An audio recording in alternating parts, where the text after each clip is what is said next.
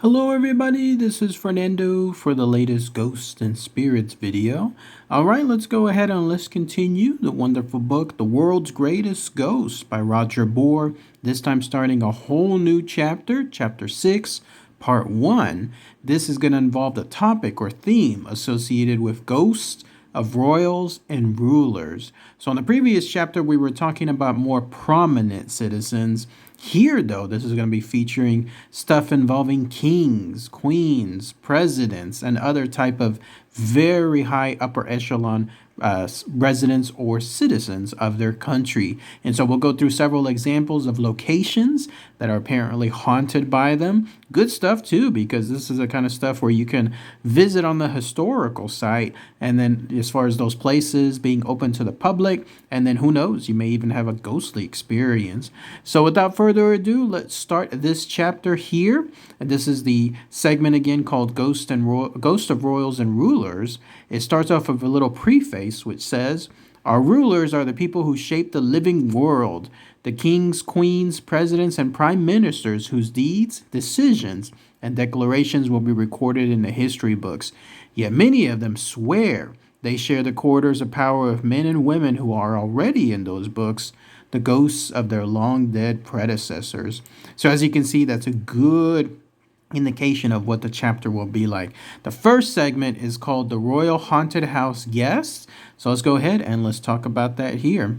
The British royal family are well aware of the truth of the old saying, "Uneasy lies the head that wears the crown," for the troubled spirits of their predecessors still haunt the historic royal homes.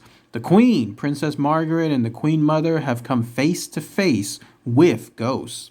Windsor Castle, the royal retreat in Berkshire, is said to have at least 25 different spectral skeletons in its cupboards, 4 of them former monarchs. It was there that Princess Margaret saw the figure of Queen Elizabeth I, the last Tudor monarch who has wandered the 12th century building since her death in 1603. She is spotted most frequently in the castle library. An officer of the guard once followed her into the room, but when he reached the door, good Queen Bess had vanished. King Charles I, who lost his head in 1649 during the Civil War, has been reported many times standing by a table in the library, while George III, who died on January 29, 1820, and was confined to the castle during the last years of his lunacy, has been seen and heard in several rooms, often muttering one of his most used phrases, "What?" The bulky figure of Henry VIII is another nocturnal visitor. 2 guards saw him fade into a wall on the battlements as recently as 1977. They later learned there had been a door at that very spot during Henry's reign. Soldiers on sentry duty at Windsor have often seen the ghost of a young guardsman who killed himself in 1927. Many who have spotted him in the Long Walk believe at first that he has come to relieve them. A Coldstream guardsman found unconscious in the Great Park in 1976 had experienced a very different kind of ghost. He told those who found him that he had seen Herney the Hunter, a man clad in deerskins and a helmet with antlers jutting from the forehead. Hundreds of other people claim to have seen the same apparition over the last 250 years, silently speeding through the castle grounds with his spooky pack of hounds. When the tree from which he allegedly hanged himself was cut down in 1863, Queen Victoria reserved the oak logs for her own fire to help kill the ghosts. But the sightings of Richard II's Forster have continued. In the 17th century, a terrified servant called Parker approached one of Castle's guests, Sir George Villiers, with an extraordinary story. He said he had 3 visits from the armor-clad ghost of Sir George's father, the Duke of Buckingham, who had been told that unless Sir George mended his callous ways, he had not long to live. Sir George laughed off the warning, but 6 months later he was assassinated. Hampton Court, the palace by the Thames presented to Henry VIII by his disgraced chancellor, Cardinal Thomas Wolsey is still haunted by the spirit of the king's fifth wife, Catherine Howard, who was beheaded in 1542. She has been seen so frequently, running screaming to the chapel door in search of sanctuary, that she is now mentioned in the official guide issued to the thousands of tourists who visit the place. The third of Henry's six wives, Jane Seymour, has also been seen at Hampton long after her death.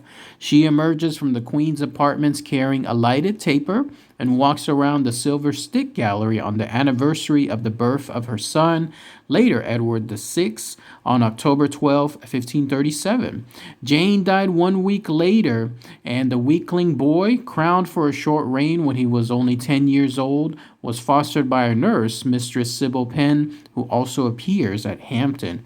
Mistress Penn was buried at St. Mary's Church after she died of smallpox in 1568, but the church had to be rebuilt in 1829 after being struck by lightning. The nurse's remains were disturbed as her tomb was moved, and soon strange whirring sounds and mutterings were heard coming from behind the wall at the palace, where there is no known room. When the wall was knocked down, a spinning wheel was uncovered along with other relics which indicated that the nurse has once lived on that site. Many witnesses have also seen Mistress Penn wandering the corridors of the palace's southwest wing where her old room was. She is a tall, thin, hooded figure in a gray robe, her arms outstretched as if in appeal. In 1881, a sentry watched her walk straight through a wall.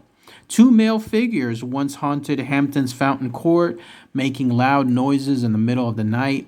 The ghosts were never seen or heard again after workmen uncovered two skeletons in cavalier dress buried beneath the courtyard. The skeletons were given a Christian funeral. Perhaps the most bizarre Hampton phantoms were those encountered by a police constable on duty at the palace one cold February night in 1917. The officer, identified only as PC 2657, who had 20 years' service in the force, opened the gate in the grounds for two men and seven women wearing strange, old-fashioned costumes. He swore that they then walked on for about 30 yards, turned to one side of the path, and then simply faded away. Today, the Queen and her immediate family have abandoned Hampton Court to the tourists, and they're biding time in Britain between Buckingham Palace, Windsor, Sandringham in Norfolk, and Balmoral in Scotland. All have their own curious ghosts. It was at Balmoral that the Queen is said to have seen the phantom figure of John Brown, confidant and some say lover of the widowed Queen Victoria. He has often been reported stalking the castle's corridor and entrance hall, a magnificent sight in his kilt. Sandringham has for years played host to a mischievous Yuletide poltergeist. It livens up Christmas Eve in the second-floor servants' quarters by flinging greeting cards about, ripping sheets from newly made beds, and breathing heavily in the ears of unsuspecting maids. Prince Philip's uncle, Prince Christopher of Greece, once saw a mysterious masked woman while staying in one of the Sandringham guest rooms. He glanced out from his book and saw her head and shoulders framed in the dressing table mirror. She had soft, curly brown hair, a dimpled chin, and a mask over the top of her face. Next day, while visiting Lord Cholmondeley at nearby Houghton Hall, the prince found out who she was.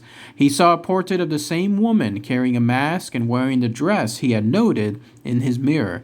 It was Dorothy Walpole, unhappily married in the 18th century, whose ghost was also seen by King George IV in 1786. The ghost of Buckingham Palace is that of Major John Gwynn, a private secretary in the household of King Edward VII, early this century. Fearing that mention of his name in a divorce case had brought dishonor on the royal family, he shot himself at the desk of his first-floor office, and it is there that his dim shape has been seen several times since. Gatcombe, the Cotswold mansion house of Princess Anne and Captain Mark Phillips, is said by locals to be haunted by a huge black dog. They call it the Hound of Odin, named after the god of the Vikings who pillaged Gloucestershire 1,000 years ago and was always accompanied by a fierce four-legged friend. Kensington Palace has three ghosts. A man in a white buckskin breeches strolls the arcaded courtyards. Queen Victoria's Aunt Sophia sits working a spinning wheel, and on the roof, King George II has been seen staring at the weather vane and asking in his thick German accent, "Why don't they come?" The king died at the palace on October 25th, 1760, waiting for messengers with news from his native Hanover. No ghostly sightings have yet been reported from the Gloucestershire home of Prince Charles and Princess Diana, but St. Paul's Cathedral in London, where they were married in July 1981, was once the scene of a strange incident. Workmen preparing foundations for the building beside it unearthed a wooden box containing jewels. The gems were taken to the British Museum there in London, and an expert took them to clean, polish, and value them. As he and his daughters worked, the room suddenly grew cold. A psychic friend who called a few hours later found out why. He saw a tall, thin man in Elizabethan dress standing behind the couple, clearly angry that his hidden treasures had been disturbed. There was another surprise when the jewels were put on display at the museum. A woman looking at them suddenly fainted and explained, after attendants revived her, that she had seen blood on one of the necklaces. Staff could find no trace of stains on the gems, but the woman remained convinced that the person who last wore the necklace had been murdered. And with that, let's go ahead and let's pause it here. And then this will be part 1 of chapter 6, Ghosts of Royals and Rulers. The theme, again, associated with a situation involving prominent kings, queens, and so on.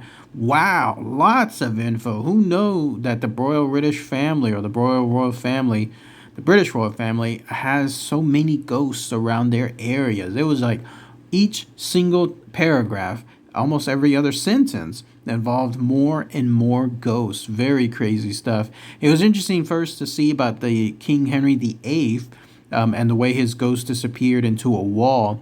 Apparently, there was a door that used to exist there. I mentioned that before in some of my past videos, how certain ghosts are basically repeating living how the area was at the time. And that's why when we see them walking through walls, it's not because they're just walking through walls randomly. It's because there used to be an entryway there. So that was pretty cool.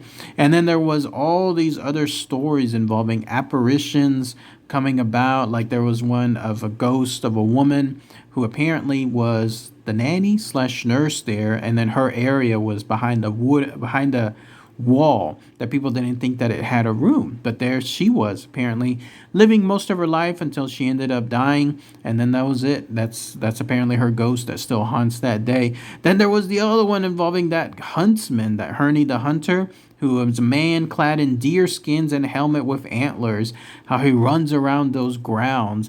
I love that stuff because, again, it's an exact location. You can go there to this day and apparently find something. And on top of that, there was another ghost involving the ghost of a woman, Jane Seymour, one of Henry VIII's wives, who apparently shows up on the anniversary of the birth of her son, October 12th. So those of you that want to go to a specific spot, you have to go there to the Hamptons. You have to go there to a place called the Silver Stick Gallery, October 12th, remember? And then when you go there on that specific day, you're going to see her. You're going to see her walking about, apparently trying to do something involving either herself or her son. And then even then, there's other ghosts involving policemen finding ghosts that were walking about. Another one, a royal guardsman who let some people in and then they just disappeared right into the countryside. And then that, probably the scariest one was that poltergeist that liked to rip sheets from beds and then breathe into women's necks and so on as they're walking about. A little bit more freakier on that side, but all that stuff is basically there. It's there and it's happening within all those many sites. Wow, really neat stuff to be able to go investigate, not let alone that huge black dog that apparently roams one of those mansions, because there's a lot of good evidence associated there. So without further ado, that ends part 1, and then I'll do part 2 next go around. All right, everybody, thank you as always. Take care.